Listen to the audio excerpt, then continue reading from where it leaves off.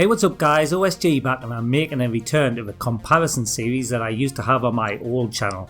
In the past I've always done comparisons back to back and normally ending up with the arcade at number 1, but really we all know that 99% of the time the arcade is going to be top, so I've decided to change the format and have the arcade playing alongside each version so we can see just how good or how bad the home system is. Anyway, today I'll be looking at Rastan, which is one of my favourite arcade games of all time. It was released by Taito in 1987 and had us all queuing to play it, even if it was rock hard. It was ported to 8 home systems with mixed results, which considering Taito did all the home versions is weird. Anyway, let's take a look at Rastan on every single system in order of greatness. Bringing up the rear in 8th place is this monstrosity on the Amstrad. Before doing this video I was pondering on whether this was worthy of 7th place, as to look at it's pretty good, but then when you play it you realise that looks can be deceiving and this is a total dog of a game. Let's start with the glaring omission of the iconic soundtrack and the super sparse sound effects. They just totally destroy the feel of the game, and then there's the slowness. I mean that scrolling is choppy as anything.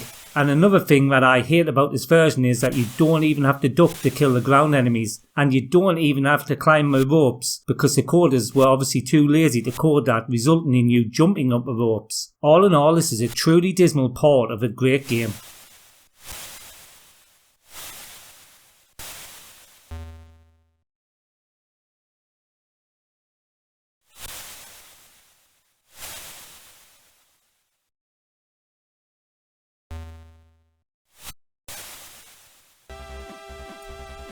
In 7th place we have the Commodore 64 version. Now this was the dilemma. Was this as bad as the Amstrad version? And the truth is, yeah, it's just as bad. The graphics are horrible with no background colours at all, although it does slightly improve later in the game. The gameplay is slightly faster, but it's still as tedious as the Amstrad, and also this game is broken, like really broken, meaning without cheats it can't be completed due to an unmakeable jump onto a rope swing on level 4.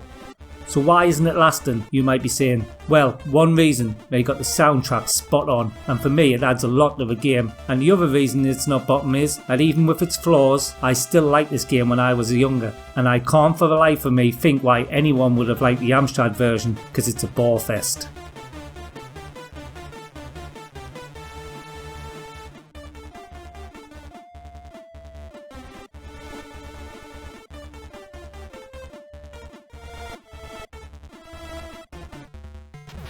MSX2 was in 6th position. This is a weird one because looks wise it's above the Amstrad and C64, and I really want to like it, but it's all a bit too fast and the flip screen scrolling totally lets this version down. It actually looks a lot like the Game Gear and Master System versions, which we will see shortly. Unfortunately, on top of the flip scrolling, the actual gameplay is off and it just becomes a total chore to play, which is a shame as this could have been great. The slowdown on the music on the flip screen also just makes you notice it more, and the enemies look like a second thought against the lovely Rastan sprite and backgrounds, making this version so close but then so far from being good.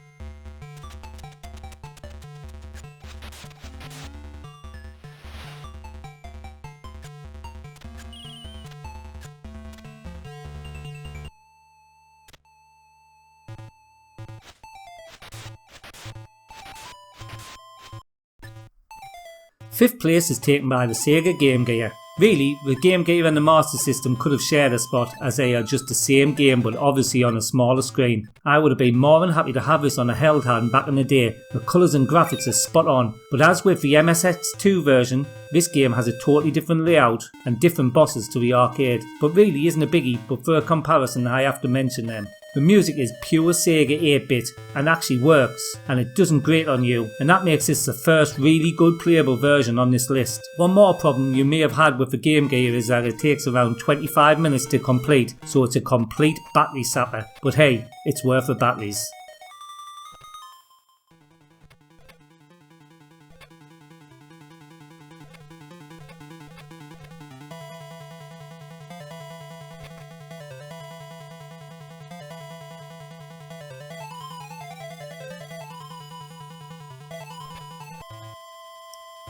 In 4th place we have the Sega Master System. As you can see, it's identical to the Game Gear, but on a grander scale. This is a game that I had on my Master System, and for me it was the best home version, as I only ever had it on the C64 and Master System. The colours, sound and gameplay are what we came to expect from this great little 8-bit, giving us a true arcade feel game in our homes. As I said with the Game Gear, the level layouts are different, and also I sometimes find the controls slightly tedious when trying to make jumps to higher platforms, but other than that, this is an A1 title for the Master System.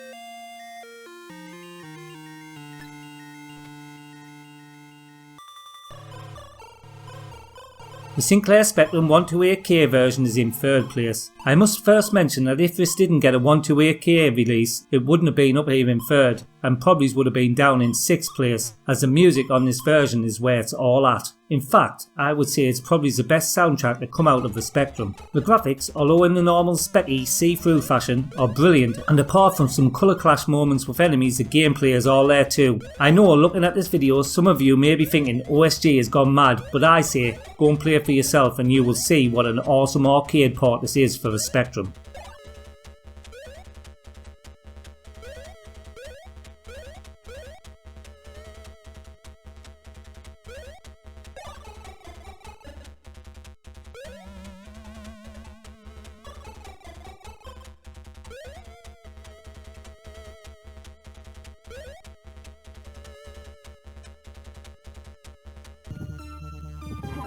Second place is taken by the Apple II GS. Can I start by saying what an absolute ball ache this was to get this emulator running on my PC. The game just wouldn't load in Keg's Win, and eventually I changed the emulator and all was good. I'm glad too, because this is one hell of an arcade port on a system that I rarely have anything to do with. The graphics are gorgeous, maybe better than the next system, but the gameplay is like with the MSX version, a bit too fast, but that's its only flaw. It's still mega playable and truly feels like Rastan. Seeing this game has actually made me want to check out more Apple games in greater detail, so watch this space for an Apple video in the near future.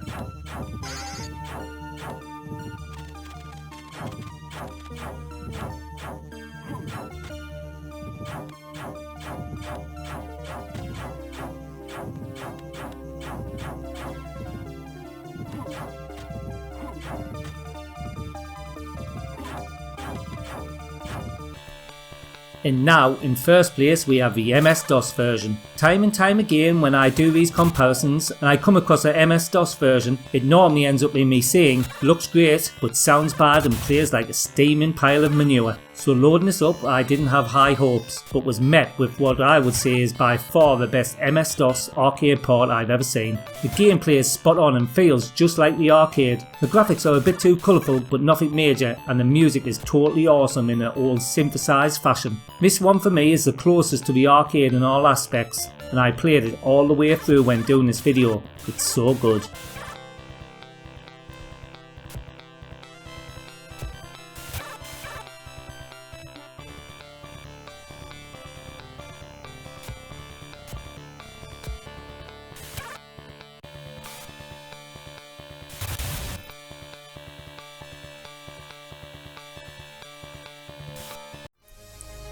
Okay, that's it for this video. I hope that you've enjoyed it as much as I did making it, and I'm really glad I found the Apple II GS version. Please let me know in the comments below what your favourite home version of Rastan was, and also if you like the new comparison layout with the arcade cabinet for reference.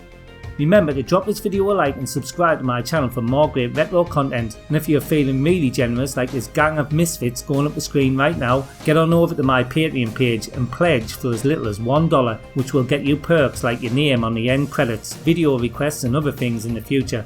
Till next time, this is OSG, signing out.